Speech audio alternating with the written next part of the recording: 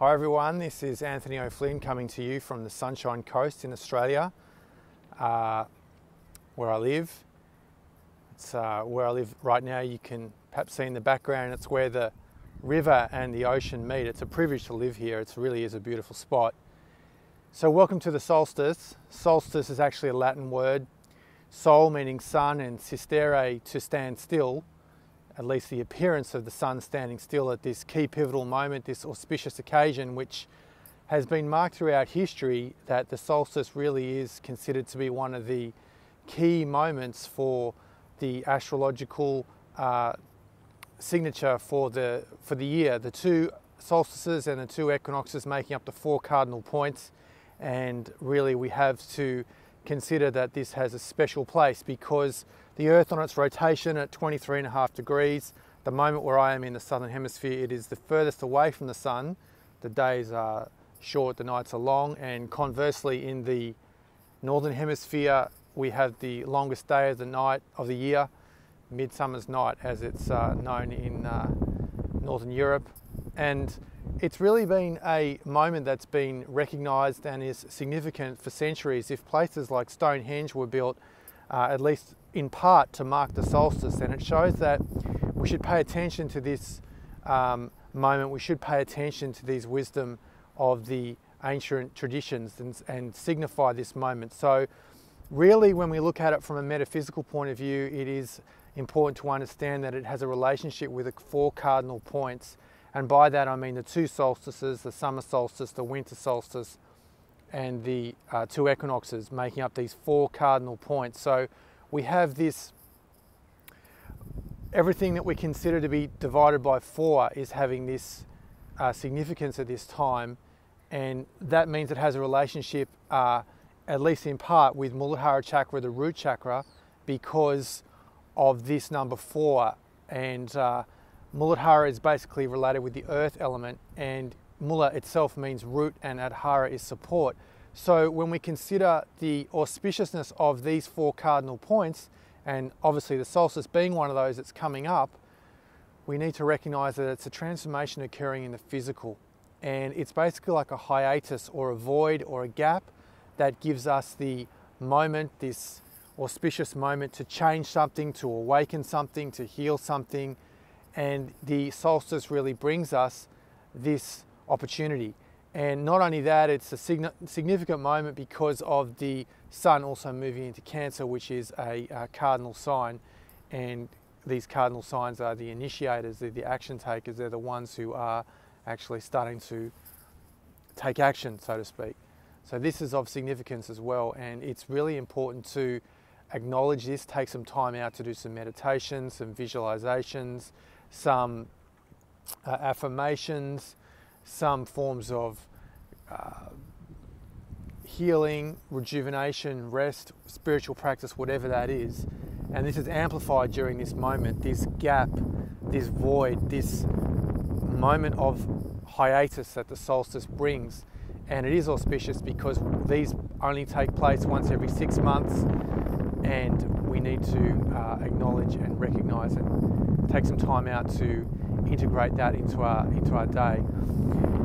The other thing to acknowledge is what's occurring across 2018 that I have seen with the shift is that we're now starting to get into a place where there is a much more deeper access to the heart chakra and a heart chakra. I have seen that this is starting to become a reality more and more, and that we can embody these energies much easier than before 2013, basically. That there has been an awakening or an opening, at least the potential to receive this energy here on this planet now, more into the heart. However, it is not without its challenges for people who are experiencing all kinds of difficult circumstances at the moment, because this calibration of this energy is very different in the sense that it's not prior to this time become a dominant consciousness on this planet.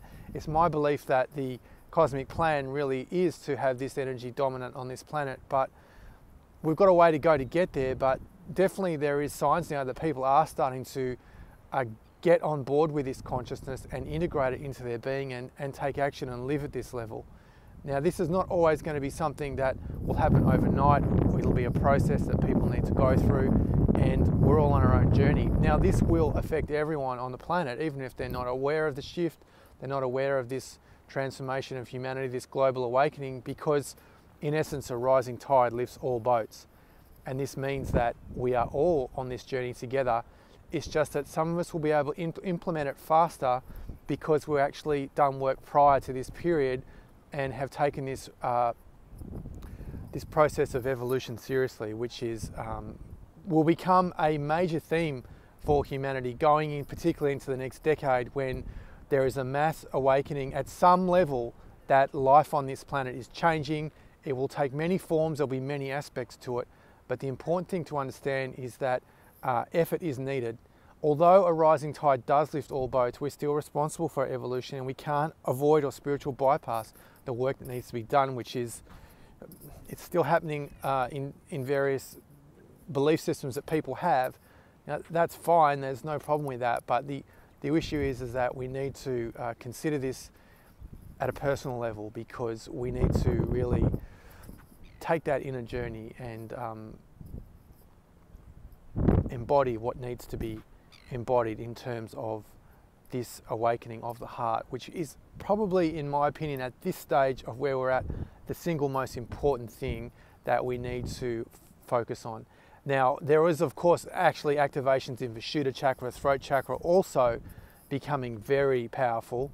This is a completely different sphere of consciousness, and this is where ultimately the multi-dimensional shift will occur, where we are able to embody, let's say, paranormal aspects of the shift in terms of our relationship to space and time, and what we understand as consciousness. And many of the belief systems on this planet will alter as we go deeper into this awakening process. The speed of it is really up to us.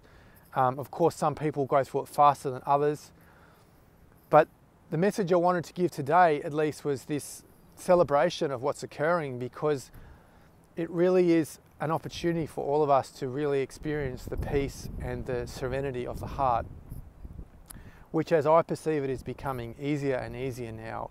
I find this very inspiring, and there are really three stages that I'd like to share with you today as I see this process of awakening. And the first one is being open to receive.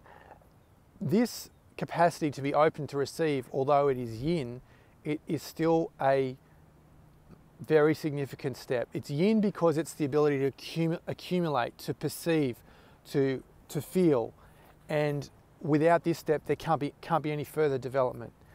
And the capacity to accumulate this energy depends on our level of openness. It depends on how ready we are. It depends on how open we are, and this is across the different koshas, across the different bodies. So in essence, it's a team effort to get this happening across our different bodies. The physical body is significant in terms of diet, lifestyle, integration with the earth, general health and well-being. The energetic body, the pranic body, pranamaya kosha, is also significant because of the energy that must flow.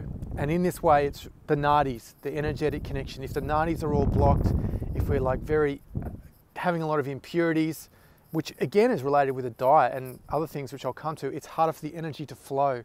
And then the emotional quality, again, at the astral body is very significant. So this is our ongoing emotions. Can we perceive this state of selflessness, this state of forgiveness, this state of self-acceptance, this state of peace that the heart offers us?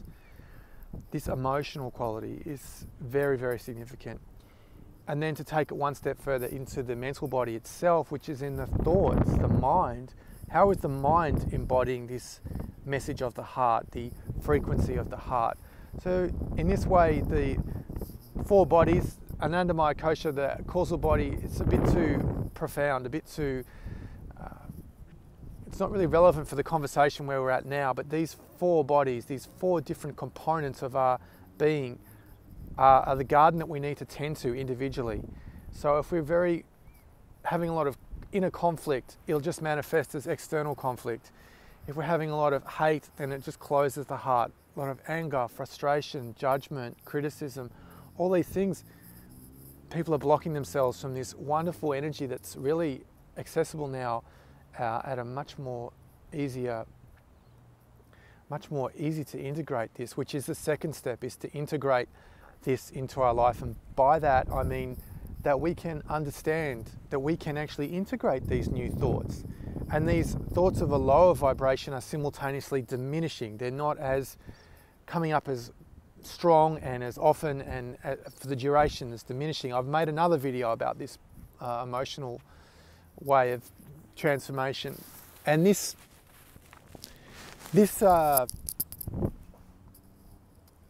integration is giving yourself permission to go on this journey, letting your former self go, and integrating the person that you're becoming, the evolution of your soul, this journey of awakening, and not allowing anyone else's to dictate this life, this way of being to you, except yourself. If you don't give yourself permission, then you're not going to be able to integrate the energy. This is a very important part of integrating the energy, to understand, to embody the frequencies, to allow yourself to awaken, to transform, to be the best version of yourself. We're not looking for perfection in this paradigm shift, but definitely an awakening to become more conscious, to become more self-aware.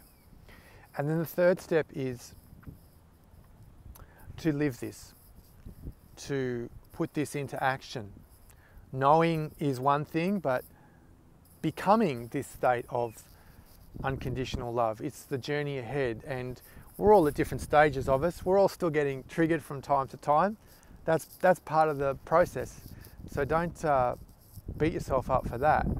But to be of service, to help others, to contribute to the paradigm shift, to be responsible for your awakening, but then to put love into your life. And this is not a complicated thing, really. In the simplest actions, watering the plants with love, chopping the vegetables with love, all these things, these little things, and to be more present to the energy, and then to let this become part of your natural being, which will cause a dramatic state of harmony, and to allow the universe to unfold as it is, not trying to change anybody or to even awaken anybody. We cannot do that. It's everyone's personal journey. So these three steps of being open to receive, of integrating the energy, and then living at this frequency to express it, to become this embodied state of love. It's really something that I've noticed this year is really becoming more and more easy to connect with. The frequencies are changing, the energy comes in with the different ways. It's not easy to evaluate it. It's moving upwards in a curve, like in a mathematical way. It's not working that way. It's not working in terms of a three-dimensional linear way of thinking. It's not happening like that. For example, the most powerful state that I've experienced coming into this solstice window was actually on Saturday night, and it may come up again at any moment, but it's not in this 3D way of thinking. So we need to be mindful of that when these opportunities come, these gateways come, such as solstice, it's a real one, it's a traditional one, that we should take advantage of it, take opportunity, because it makes it easier for us to get into this state of